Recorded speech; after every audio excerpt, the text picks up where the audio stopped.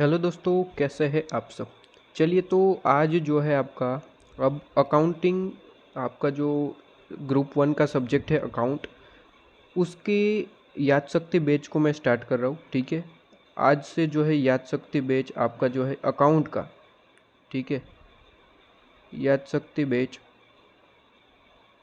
Account का start होने जा रहा है। ठीक है, अब यहाँ पे जो है आपके अकाउंट में जितने भी चैप्टर्स हैं, मेन सारे चैप्टर्स ले लिए जाएंगे। ठीक है, जैसे कि मैंने प्रीवियस वीडियो में चैप्टर भी बता दिए कौन कौन से चैप्टर कवर करने हैं। ठीक है, प्रीवियस वीडियो डाला था याद शक्ति बैच का। ठीक है, तो वो आप देख सकते हैं। बेसिकली वो देखने की भी ज़रूरत नहीं है, आपको जैसे जैसे वीडियो प्रोवाइड करता जाऊँगा आपको सिंपली देखते जाना है, और जैसे जैसे वीडियो प्रोवाइड करता जाऊँगा प्लेलिस्ट में ऐड कर दूँगा। ठीक है, आपको वीडियो फाइंड आउट करने में कोई टाइम वेस्ट नहीं करना है।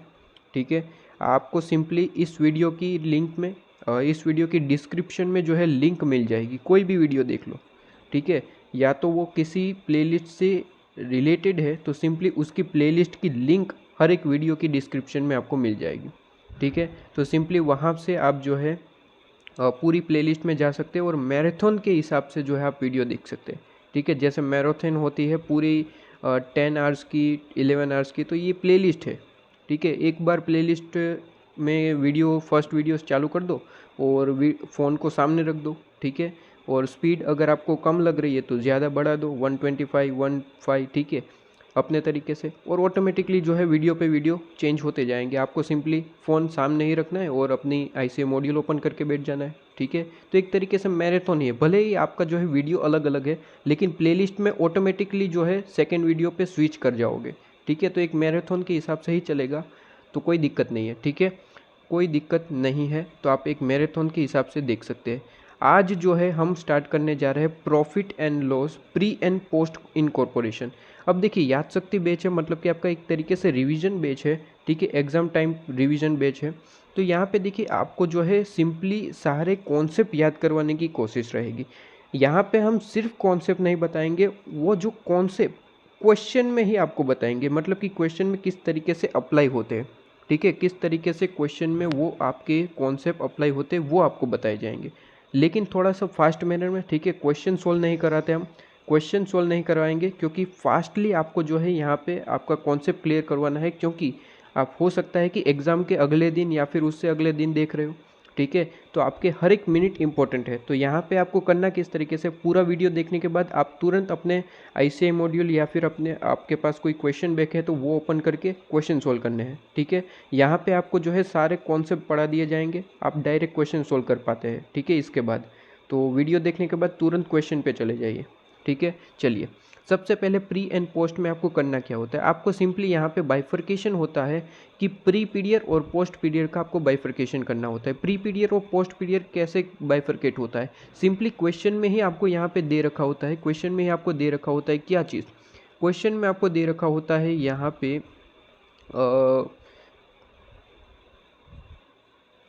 कंपनी के बारे में। कंपनी के बारे में आपको जो है क्वेश्चन में बता रखा है कि कंपनी जो है कब यहाँ पे इफेक्ट में आई, मतलब कि ट्रांजैक्शन कब से उनका स्टार्ट हुआ है और कब इनकॉर्पोरेट हुई है। ठीक है, इनकॉर्पोरेट हुई है। तो यहाँ पे सिंपली जो इफेक्ट में आई है और इनकॉर्पोरेट, ये बीच का जो पीरियड है उसे हम कहते हैं प्री पीरियड, और इनकॉर्पोरेट के बाद का जो पीरियड है उसे हम कहते हैं पोस्ट पीरियड। ठीक है, सिंपली यहाँ पे मंथ ही लिखने होते हैं आपको कि इफेक्टिव आपकी डेट से इनकॉर्पोरेशन डेट के बीच में कितने मंथ आ रहे हैं, वो सिंपली आपके प्री पीरियड। इनकॉर्पोरेशन के बाद, और आपका मान लीजिए 31 दिसंबर को ईयर ख़त्म हो रहा है। ठीक है, 31 दिसंबर को ईयर ख़त्म हो रहा है, तो सिंपली पोस्ट पीरियड में ये सारा टाइम आएगा। ठीक है, मान लीजिए अगर 31 मार्च को आपका जो है यहाँ पे ईयर ख़त्म हो रहा होता, तो सिंपली इनकॉर्पोरेशन से 31 मार्च, इसे हम पोस्ट पीरियड कहते हैं, जितने भी मंथ आ रहे हो। ठीक है, क्वेश्चन हम देखेंगे तब आपको ज़्यादा समझ में आएगा। ठीक है, ये सिंपली ब्रीफ आपको थोड़ा सा रिव्यू दे दिया है कि किस तरीके से होता है। अब यहाँ पे हमें करना क्या होता है, हमें यहाँ पे कुछ खर्चे दिए जाते हैं क्वेश्चन में, जिसे आप सिंपली आपको जो है कौन से रेशियो में कन्वर्ट करना है वो आपको देखना है।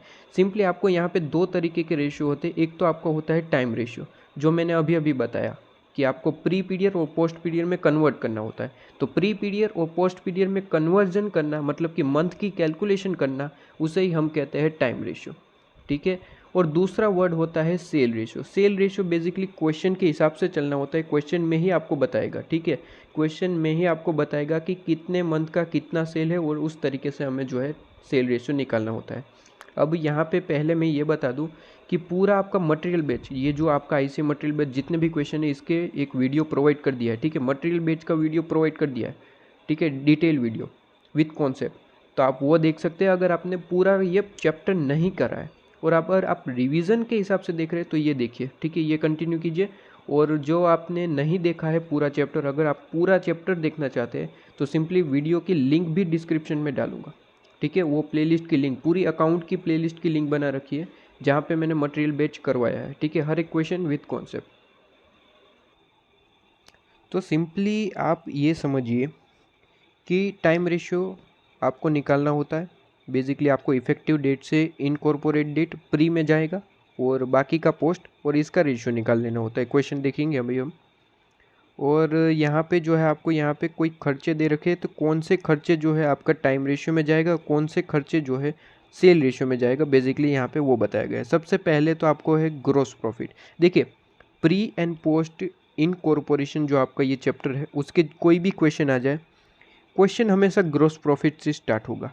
हाँ ये हो सकता है कि ग्रॉस प्रॉफिट आपको डायरेक्टली ना गिवन हो, ठीक है। ग्रॉस प्रॉफिट कैसे निकलता है, ट्रेडिंग अकाउंट में ग्रॉस प्रॉफिट होता है, ठीक है, तो आपको जो है डायरेक्टली ना दे, मतलब कि आपको जो है इनडायरेक्टली इन्फॉर्मेशन दे, जैसे कि सेल दे दिया, परचेज दे दिया, कोई और यहाँ पे ट्रेडिंग अकाउंट के जो है एक्सपेंसेस दे दिए, ठीक है। तो यहाँ पे इस तरीके से भी दे दे तो हमें आपको जो है सबसे पहले कहाँ पे पहुँचना होगा, ग्रॉस प्रॉफिट पे। सबसे पहले ग्रॉस प्रॉफिट, बाद में सारी बातें, ठीक है। इसके बाद जो है आपके सेल से रिलेटेड जितने भी खर्चे हैं, ठीक है, सेल से रिलेटेड जितने भी खर्चे हैं वो सेल रेशियो में जाएंगे।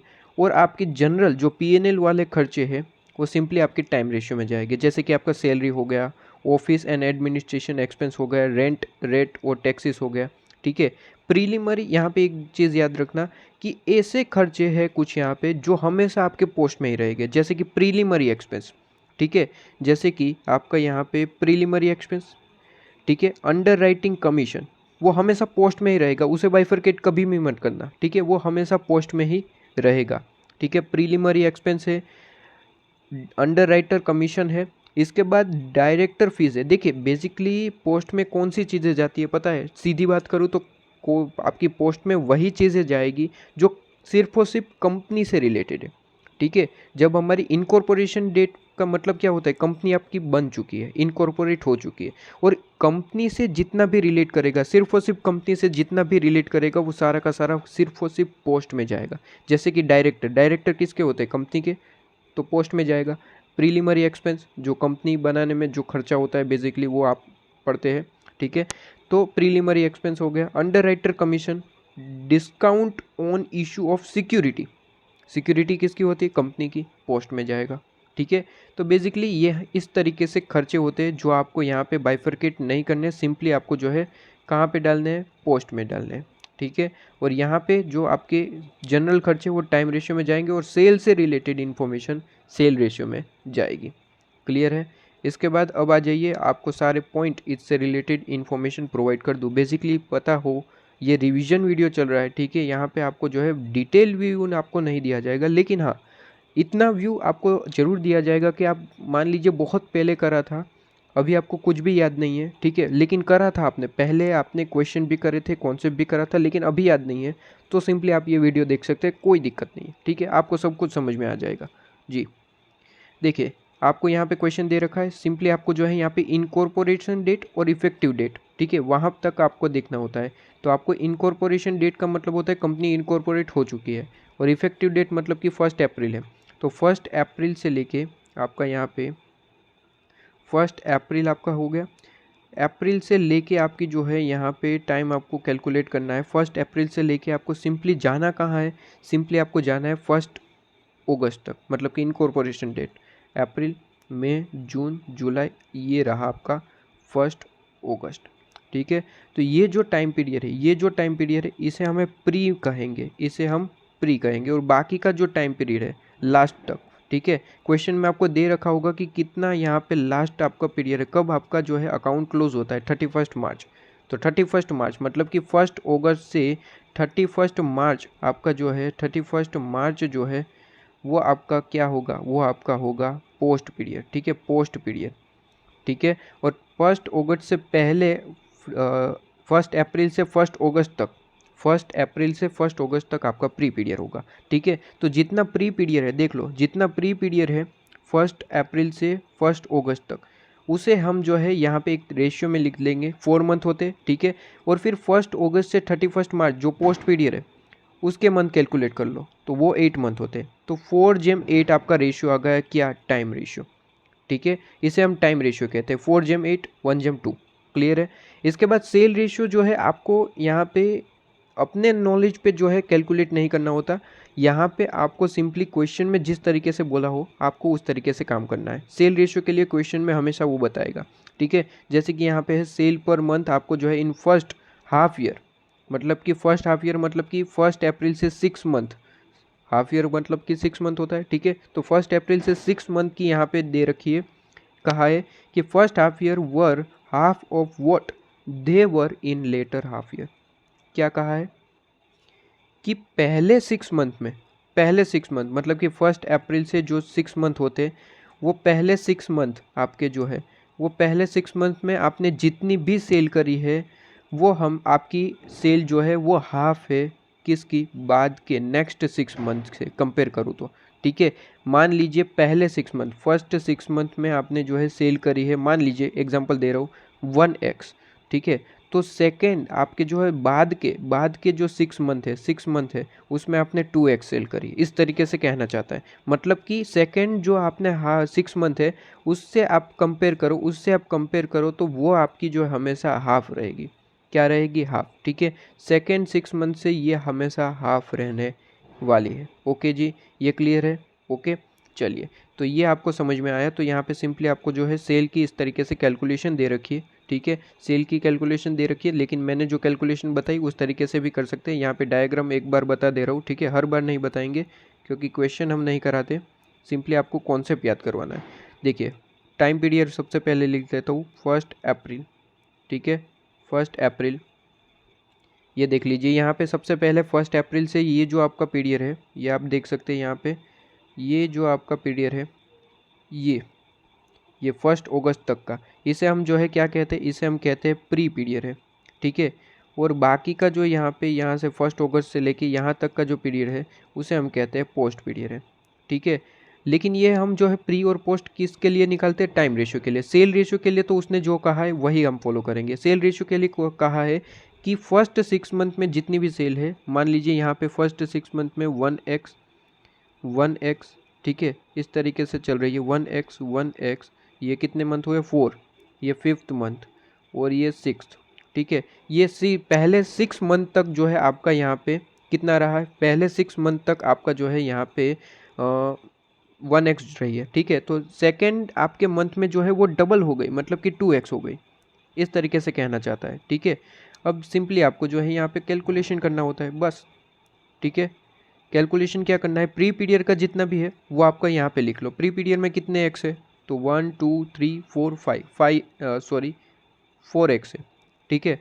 प्री पीरियड में आपका 4x है, उसके बाद जेम, और पोस्ट पीरियड में कितने एक्स है, तो 1 2 3 4, ये आपका 1 2 3 4 5 6 7 8 9 10 11 12 13 14, ठीक है।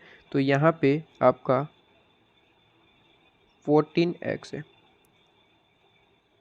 तो सिंपली ये सेल रेशियो आ गया, ये क्या आ गया, ये आपका सेल रेशियो आ गया, क्लियर है।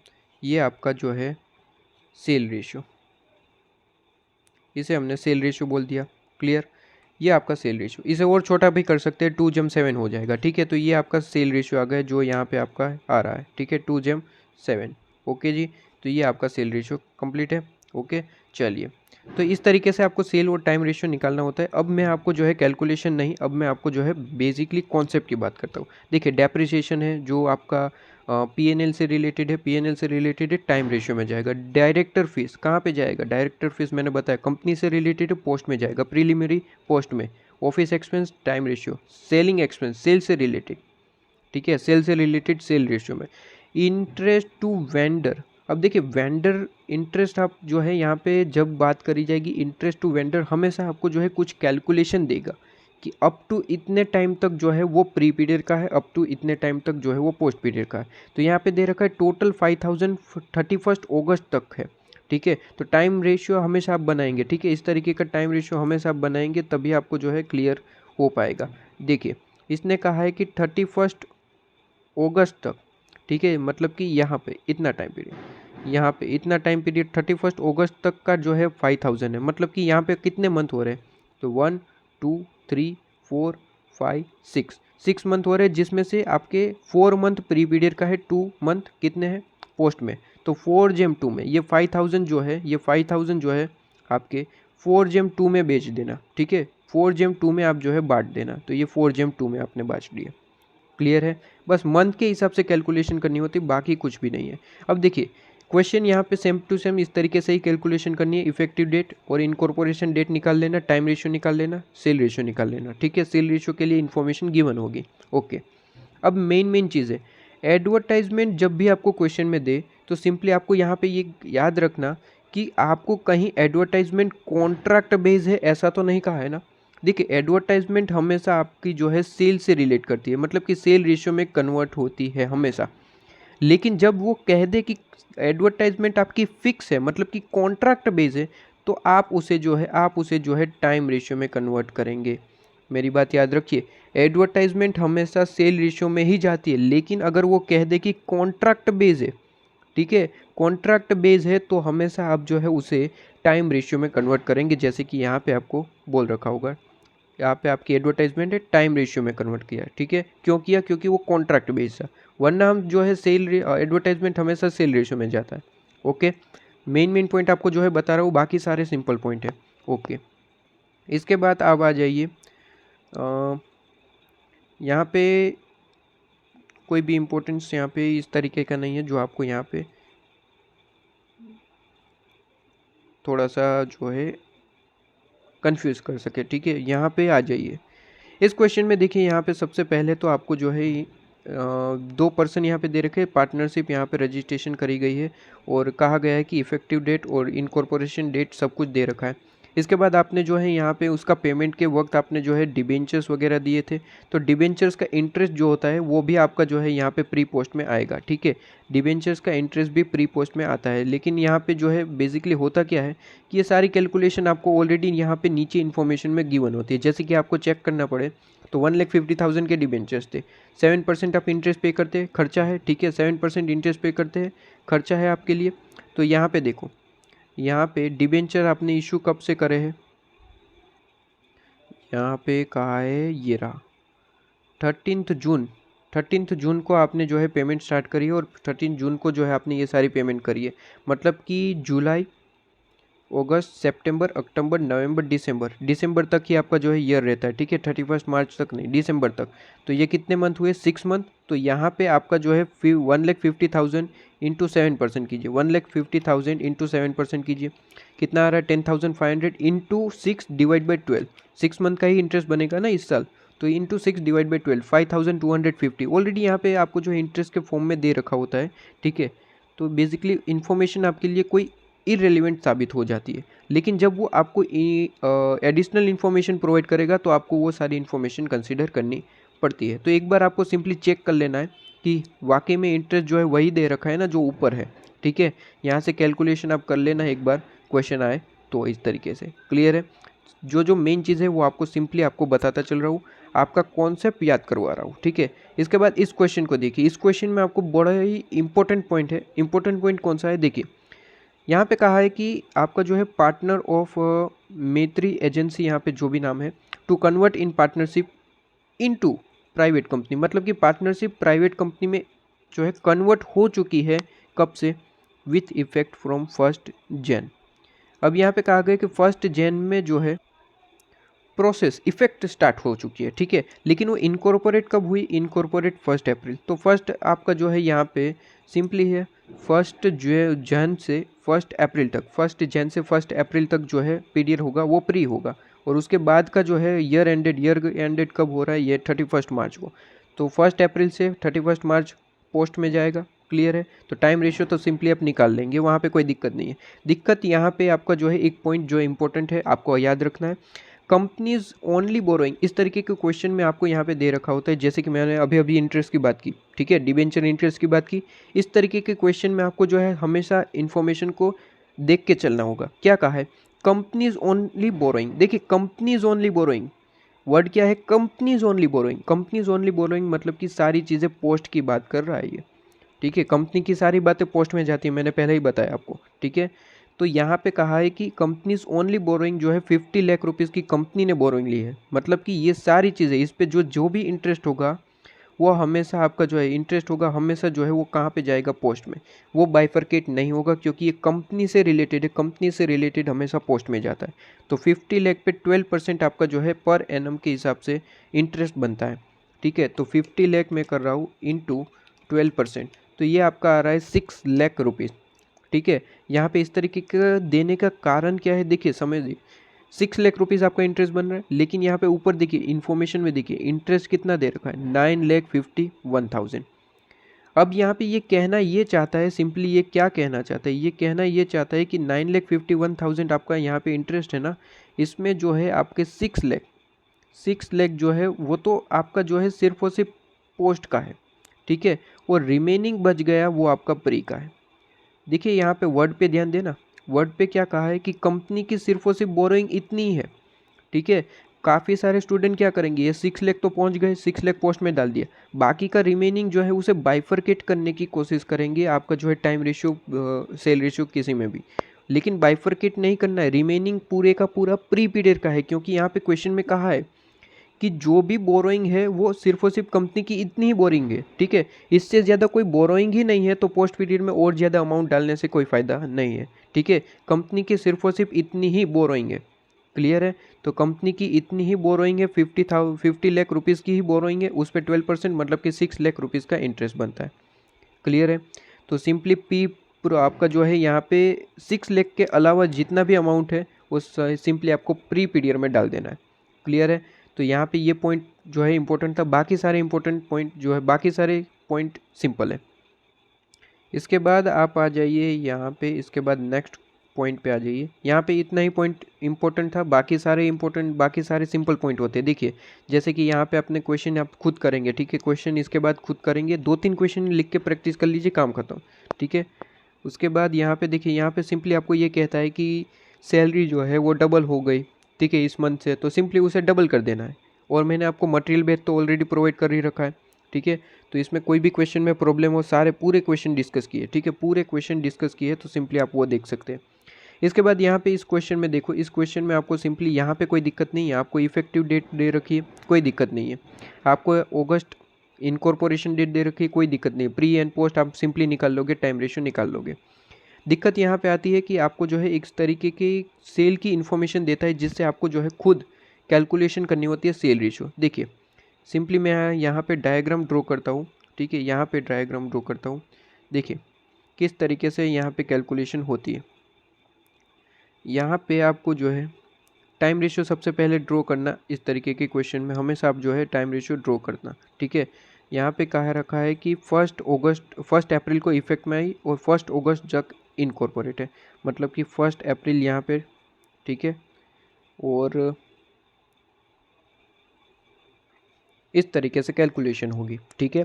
1 अप्रैल 1 अगस्त को आपका इनकॉर्पोरेशन हुआ, तो टाइम रेशियो तो सिंपल है, टाइम रेशियो तो यहाँ पे कितने मंथ हो रहे हैं, यहाँ पे आपके 4 मंथ है, तो 4 जेम 1 2 3 4 5 6 7 8, 4 जेम 8 आपका जो है टाइम रेशियो आ जाएगा, ठीक है। टाइम रेशियो में कोई दिक्कत नहीं है।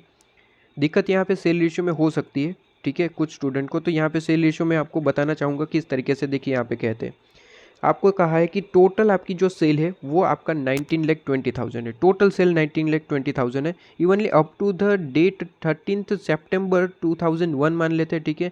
13 सितंबर 2001 तक तो कोई दिक्कत नहीं थी, हमारी जनरल सेल होती है उतनी ही हुई है, ठीक है, ऐसा यहाँ पे कहा गया। टोटल सेल 19,20,000 की है, अप टू 13 सितंबर तक तो हमारी जनरल जो सेल होती है नॉर्मल उतनी हुई है, ऐसा यहाँ पे कहा गया। उसके बाद यहाँ पे कहा गया देयर आफ्टर, उसके बाद क्या हुआ, उसके बाद there after there record an increase of 2/3 during the rest of the year, मतलब कि 2/3 अब इंक्रीज हो गई, 13 सितंबर से बाद जो है 2/3 इंक्रीज हो गई, ठीक है। तो सिंपली आप समझिए सेल आपकी जो है हर बार 1x होती है, ऐसा मान के चल रहे, ठीक है। सेल हर बार जो है 1x होती है, तो यहाँ पे तो 1x हो रही है, कब तक? 13 सितंबर तक। तो यहाँ पे अप्रैल, मई, जून, जुलाई, अगस्त, सितंबर यहाँ तक है। तो यहाँ पे भी आपका जो है 1x है, यहाँ पे भी 1x और यहाँ पे 1x। इसके बाद देखिए 13 सितंबर यहाँ पे आ गया, यहाँ पे 13 सितंबर आ गया, ठीक है। अब यहाँ पे देखो 13 सितंबर से वो सेल इंक्रीज हो गई 2/3, मतलब कि 1x तो होना ही है प्लस 2/3, क्लियर है। इस तरीके से हो गई, मेरी बात समझ रहे हैं आप?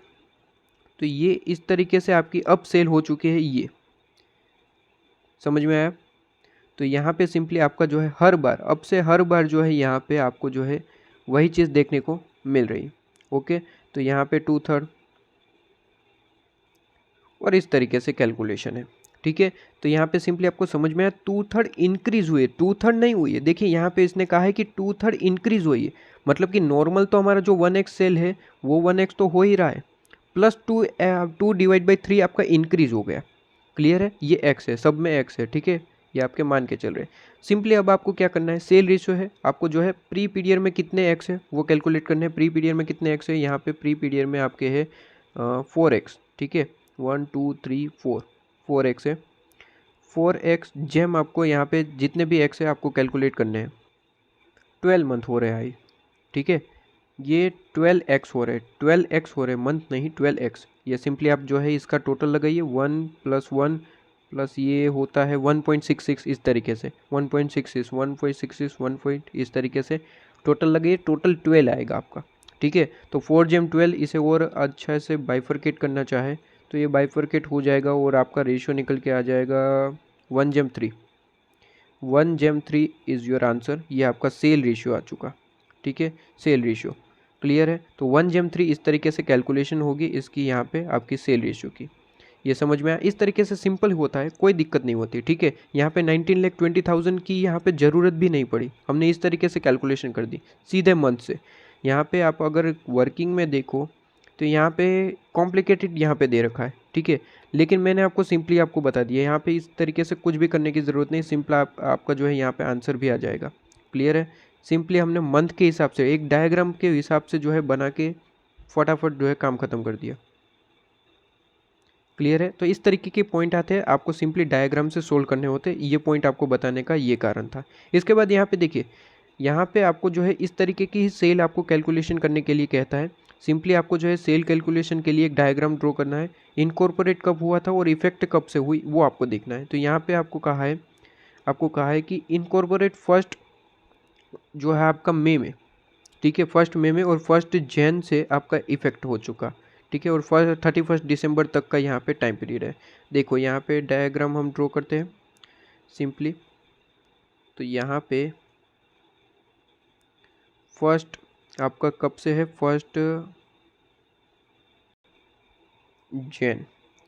1 जैन, फिर फेब, ये देख लीजिए आपके लिए यहाँ पे डायग्राम ड्रॉ कर दिया। लेकिन याद रहे हमेशा आप ये डेट देखना भूलना नहीं कि कौन सी डेट तक यहाँ पे लास्ट डेट है, ठीक है। काफ़ी सारे स्टूडेंट क्या करते हैं कि 31 मार्च तक ले लेते हैं, ठीक है।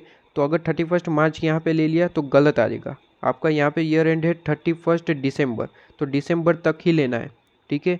तो ये स्टूडेंट की गलती हो सकती है जो मैंने अभी आपको बता दी, तो आपकी एग्ज़ाम में नहीं होनी चाहिए, ठीक है। मई, जून, जुलाई, अगस्त, सितंबर, अक्टूबर, नवंबर, दिसंबर, ओहो एक ज़्यादा ले लिया, कोई दिक्कत नहीं है, मिटा देते हैं यहाँ पे, ओके जी, ठीक है, क्लियर है।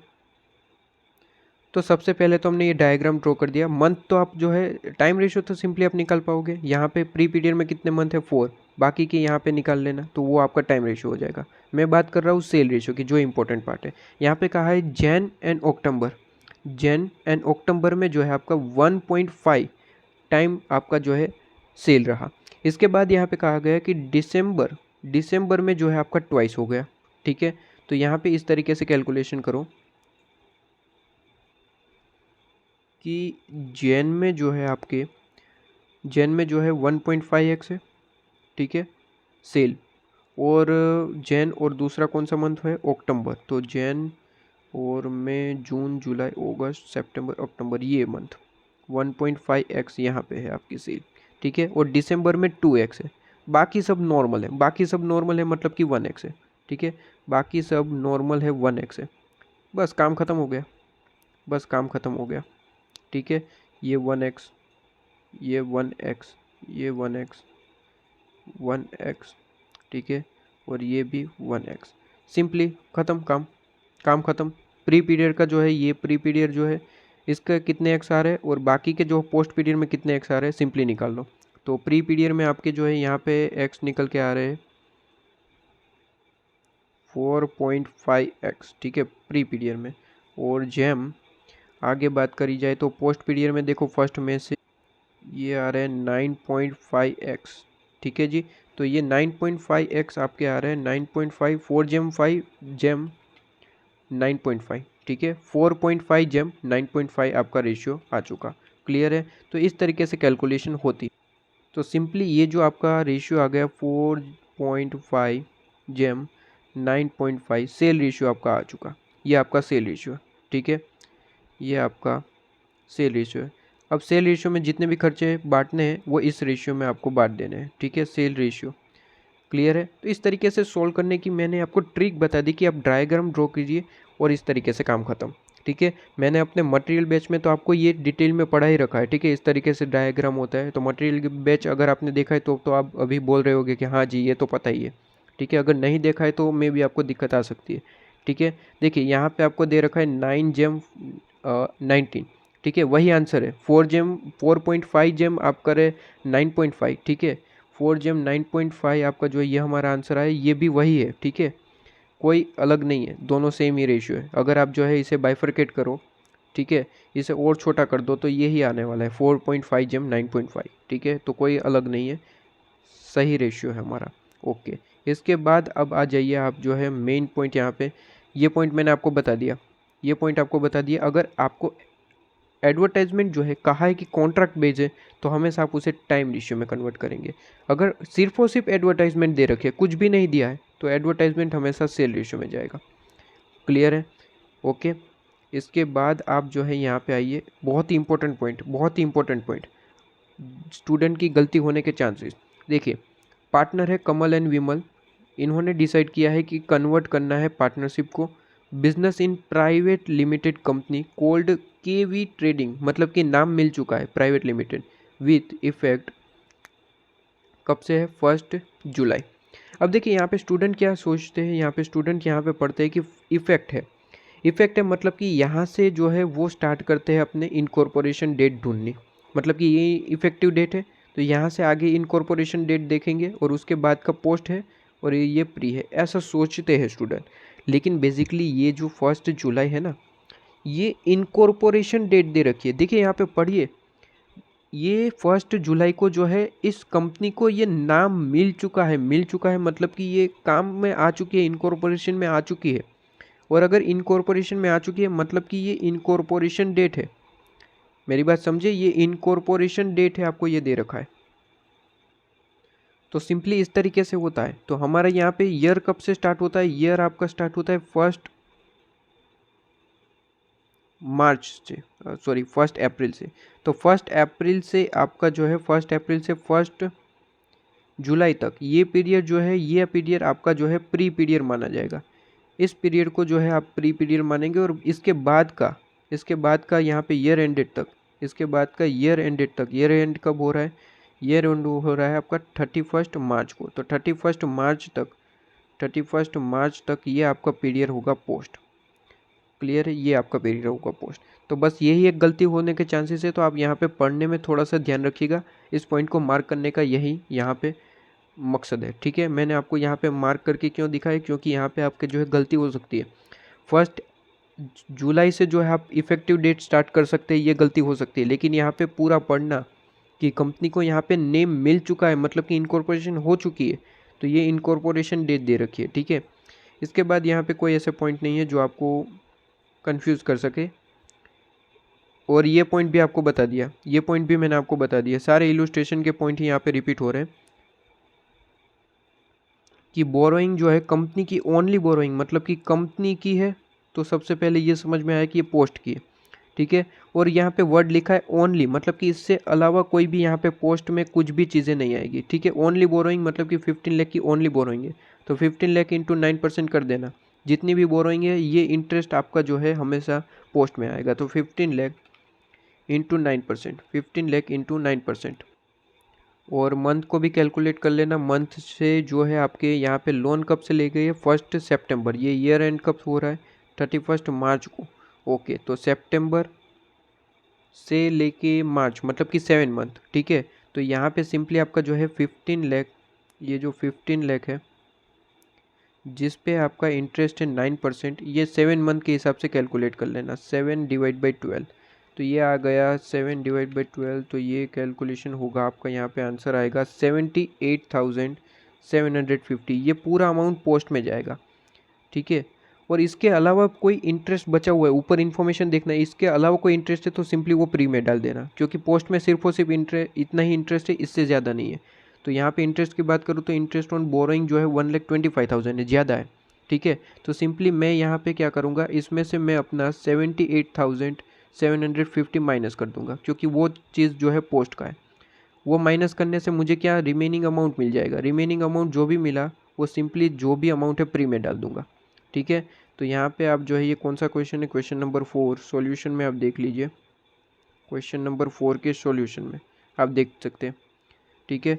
यहाँ पे इंटरेस्ट ऑन बोरोइंग आपको दे रखी है 1,25,000 आपका टोटल अमाउंट है, जिसमें से 78,750 पहले हमने निकाल लिया, ठीक है। रिमेनिंग जो अमाउंट है वो आपका सिंपली प्री में जाएगा, ठीक है। तो यहाँ पे सिंपली आपका जो है काम ख़त्म, काम ख़त्म। यहाँ पे सिंपली आपको याद शक्ति बेच का यहाँ पे जो मेन मकसद है वो ख़त्म कर दिया गया है। जितना भी यहाँ पे इम्पोर्टेंट पॉइंट था आपको बता दिया गया है, ठीक है। तो यहाँ पे सिंपली आपको याद करवाया गया है कि ये चीज़ें आपकी यहाँ पे आती थी। और सिंपली अब आप जो है क्वेश्चन सोल्व करना स्टार्ट कीजिए।